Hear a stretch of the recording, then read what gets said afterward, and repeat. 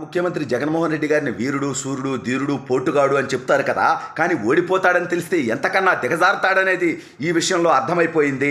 సొంత తల్లి విజయలక్ష్మి గారిని, అమ్మా నువ్వే నాకు దిక్కు, నువ్వే కాపాడాలి షర్మిలా బారి నుంచి, దయచేసి నీకు దండం పెడతా అని జగన్మోహన్ రెడ్డి అడుక్కున్నాడు. అసలు ఇంతకీ జగన్మోహన్ రెడ్డి ఎందుకు అడుక్కున్నాడు, విజయమ్మ గారు ఏమన్నారు, ఏం చేయబోతున్నారు అనేది వీడియోలో వివరించబోయే ముందుగా ఇప్పటివరకు మన ఛానల్ సబ్స్క్రైబ్ చేయని వాళ్ళు ఖచ్చితంగా సబ్స్క్రైబ్ చేయండి, మరో 10 మందితో చేయించండి.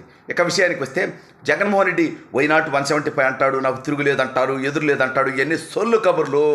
అతనికి తెలుసు ప్రజా వ్యతిరేకత తీవ్రంగా ఉందని, ఈ రాష్ట్ర అభివృద్ధిని గాలికి వదిలేశానని, సంక్షేమాన్ని పడకేశానని చెప్పి అతనికి స్వయంగా తెలుసు.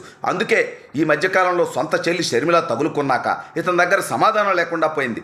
షర్మిల సూటిగా అడుగుతా ఉంది, నువ్వు ఇచ్చినటువంటి మాటలేంటి, జలయజ్ఞాన్ని గాలికి వదిలేసావు, ప్రాజెక్టుల్ని పడకేపించావు, నువ్వెట్లా రాజశేఖర రెడ్డి వారసుడు అవుతావు అని అడుగుతా ఉంది.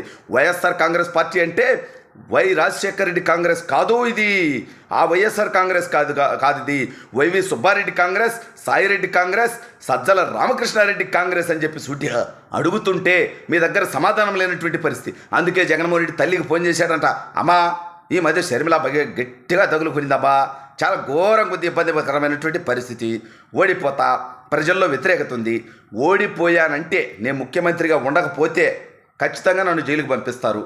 ఎందుకంటే ముఖ్యమంత్రి ఉంటే ఎందుకు పోడంటే అదే ముఖ్యమంత్రి పదవి వల్ల సేఫ్టీ కాదు.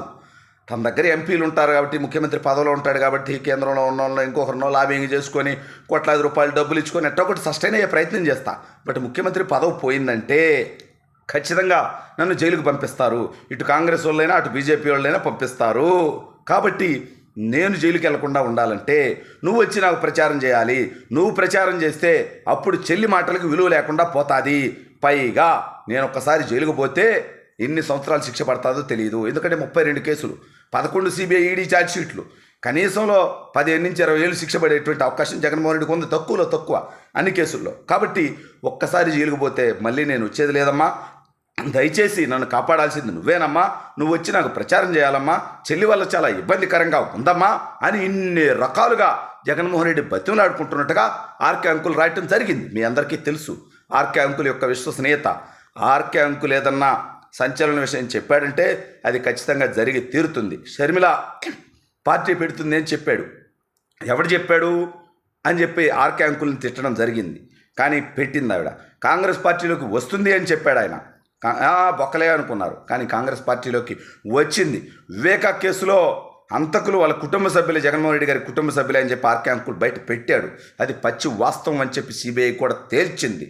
ఈ రకంగా ఆర్కే అంకుల్ ఒక్కసారి తగులుకున్నాడంటే వదిలిపెట్టడు. వీళ్ళు అంటాడు కిరసనాయిలు కిట్టుగాడు కిరసనాయిలు దొంగతనం చేశాడు అది ఇదని. అదే కిరసనాయిలు తీసుకొచ్చి మీ కొంప మీద వేసి నిప్పెట్టాడు స్వామి, మీరు ఆర్పుకోలేని స్థాయికి తీసుకెళ్ళిపోయాడు. కాబట్టి ఇష్టం వచ్చినట్టు ఎవరిని పడితే వాళ్ళని మాట్లాడతాం, ఎల్లకాలం మాకు ఊడిగం చేయాలి, మమ్మల్ని ఎవరూ ప్రశ్నించకూడదంటే ఇది తప్పుడు విధానం. జగన్మోహన్ రెడ్డికి తన ఓటమి ఖాయమైపోయింది. తన ముందున్నటువంటి సర్వేల ప్రకారం 30కి మించి సీట్లు వచ్చేటువంటి పరిస్థితి లేదు. ఓడిపోతే, అధికారం లేకపోతే జగన్మోహన్ రెడ్డి బతకలేడంటే ఇంకోలా కాదు, అతని వల్ల కాదు. ఆ ఫ్రస్ట్రేషన్, ఆ ఇరిటేషన్. ఎందుకంటే జగన్మోహన్ రెడ్డి పైన ఉన్నటువంటి కేసులు చాలా పెద్ద కేసులు. వాటిల్లో నేను ముఖ్యమంత్రిగా ఉన్నా, నాకు కుదరట్లా అని విచారణకు కూడా పోవట్లా. చివరికి కోడికైతే తన పొడిపించుకున్నటువంటి కేసులో కూడా కోర్టుకు పోయి సాక్ష్యం చెప్పట్లేదు రా స్వామి, దానివల్ల నేను జైలుకు పోడు కదా అంటే పోతాడులే. ఎందుకు పోతాడంటే చేపించుకుంది తనే కాబట్టి కేసు విచారణ త్వరగా పూర్తయితే తన పాత్ర బయటపడుతుంది కాబట్టి తను జైలుకు పోవాల్సి వస్తుంది. కోడికత్తి కేసులో, కోడికత్తి సీను కాదు వాస్తవంగా. అందుకే జగన్మోహన్ రెడ్డి పోవట్లేదు.